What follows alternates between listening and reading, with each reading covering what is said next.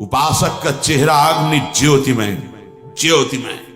ऐसा नहीं कि वो सांवला रंग है तो खिल नहीं पा रहा, नहीं, ब्रह्मचर्य और नियम ऐसे कमल के फूल का जैसा चेहरा हो जाता है, उसका खिल जाता है चेहरा। मुख प्रसन्न तन तेज विराजा, कीन्हिस रामचंद्र कर काजा। आधा अन्न और जो आधा बचा उसमें आधे में जल, 3 लीटर जल प्रत्येक शरीर को चाहिए ही चाहिए। उससे शरीर की गर्मी तेजाब लघु शंका से निकलती है और वो कब्ज तोड़ने में सहायक होता है। प्रातः पहला जल बिना कुल्ला किए पीना चाहिए, बिना स्नान आदि किए। शौच के पहले जो हमें जाना है तो हम उसे नियम दिए, कम से कम 500 ग्राम, इसके ऊपर आप जितना ले सके जल, वो भी गुनगुना, मतलब थोड़ा अच्छा गर्म होना चाहिए कि आप आराम आराम से पी सकते हो, पर गर्म है। और वज्रासन में बैठ के, अभी देखो कब्ज नष्ट होती है कि नहीं, बहुत जिसकी कब्ज बन रही, रोज शाम के गर्म जल या गर्म दूध से बताया है कि आप 1 चम्मच छोटी हर पिसी हुई, 1 चम्मच ईशबगोल की भूसी महीनों लो, सालों लो, वो आपकी आंतों को परिपक्व करके फिर ऐसे कर देगा कि फिर आपको औषधि नहीं चाहिए। ये बहुत साधक के बचाव पक्ष की औषधि है। नहीं आप जैसे एकदम कोई ऐसा कड़ा चूर्ण लें तो आपके ब्रह्मचर्य पर घात हो जाएगा। ये सब अनुभव की बातें हैं। जल आवश्यक है आपकी स्वस्थता के लिए और वायु आवश्यक है। आधा अन्न और आधे से आधा जल और आधा खाली जो श्वास के। यहां तो बस सावधानी रखो, ये अन्न बढ़ता चला जाएगा आपका खुराक, आपको पदार्थ और अच्छे अच्छे मिलेंगे क्योंकि आप भगवत प्राप्ति के मार्ग में चले हो, कोई कमी नहीं रहेगी। ये मत सोचो कि ये बर्बाद हो जाएगा, नहीं, तुम अपने बर्बाद होने को बचाओ। अगर एक दिन तुमने ज्यादा ले लिया, बच गया है तो, लेकिन आप अपने उदर में मत डालो। समझो हमारी बात। बहुत से जीव जंतु हैं, बहुत, आप उतना ही लो जितना आप पा सकते हो। अगर भगवत प्राप्ति करनी तो संतन की संगति नित करे, रोज संतों का संग करे, सत्संग। पाप कर्म मनते परिहरे, निषेध हो गया। जिस पाप किसे कहते हैं? जिसे शास्त्र कहता ना करो, संत जन कहते हैं ऐसा ना करो, वो निषेध पाप कर्म है। ये तो भगवत प्राप्ति की प्रथम भूमिका। प्रथम भगत संतन करी संगा। अब तुरंत बदल गए, उदर की बात कहने लगे।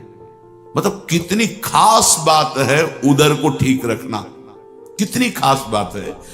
दूसरी ही पंक्ति में कोई साधन की बात, पहले साधु संग करो भगवत प्राप्ति के लिए नित्य, और पाप कर्म से मन का त्याग करो। मन उनका संकल्प ना बनाने पावे, तन से कोई पाप क्रिया ना हो। फिर सीधे आ गए, कह रहे हैं अरु भोजन सो इहि विधि करे। उपासक कैसे भोजन करे? बोले मेरे अनुभव और संतों की आज्ञा, इस विधान से भोजन करे। क्या? आधो उदर अन्न सो भरे, आधा पेट भोजन करना चाहिए। आप 6 रोटी पा सकते हो तो 3 ही पाए। पहले सच्ची बात मान लीजिए। आप लोगों को अनुभव इसलिए नहीं होता कि आपका हृदय अभी पवित्र उस कोटि का नहीं है, नहीं तो एक कवल बता देगा कि अगर सहज सरल भोजन पाओ, सात्विक रोटी है, दाल है, सब्जी है, सलाद है, लाखों रुपया तुम बीमारी में खर्चा करवा रहे हो, फल सलाद ये नहीं पा सकते। अगर घर का बना हुआ पदार्थ शुद्ध हाथ का है, चलो भाई जैसा आप, लेकिन बाजार का होना चाहिए। ठीक है, बाहर हम बहुत साफ स्वच्छ बैठकर बेच रहे हैं, लेकिन बनाने वाले कैसे हैं? उनका भाव क्या है? उनकी पवित्रता क्या है? ये जो बेचारे व्यापार नौकरी आदि में बाहर मारे घूम रहे हैं, उनको किसी न किसी तरह उदर पोषण करना है। पहली बात है हरि प्रसाद कछु दुर्लभ नाही, जो इच्छा करे हो मन माही। उसे ये न समझे कि भगवान प्रसन्न होकर हमें दे रहे हैं। बच्चे हो, हट करोगे खिलौना पकड़ा देंगे, खेलते रहो। जब रोगे खिलौना फेंक के फिर गले से लगा लेंगे। काहे समय बर्बाद करते हो? पकवान, ये पूड़ी कचौड़ी सब्जी परेठा गरिष्ठ पदार्थ और ये जितनी बाजार की चीजें, इनका सीधा कब्ज से संबंध होता है, सीधा ये कब्ज बनाएंगे। आप श्रम तो करते नहीं, घंटा 2 घंटा ऐसा श्रम, तो वो आपके अंग जो है उनमें पावर नहीं रह गया और आप लादते चले जा रहे हैं। सब जरूर समय से खाना है, अगर आपको कब्ज हो रही तो छोड़ो, भोजन छोड़ो। अब ऐसी चीजें, पपीता है, फल है, आप कहोगे सत्संग बहुत जरूरी है ये, क्योंकि हम देख रहे हैं। कैसे भजन करोगे आप लोग, कैसे भजन करोगे जब आपका उदर साफ नहीं है? तो पहली बात, स्वादहीन भोजन आपको महापुरुषों के मार्ग में आगे बढ़ा देगा, स्वादिष्ट भोजन आगे कदम नहीं बढ़ने देगा। ये लिख लो आप कागज में।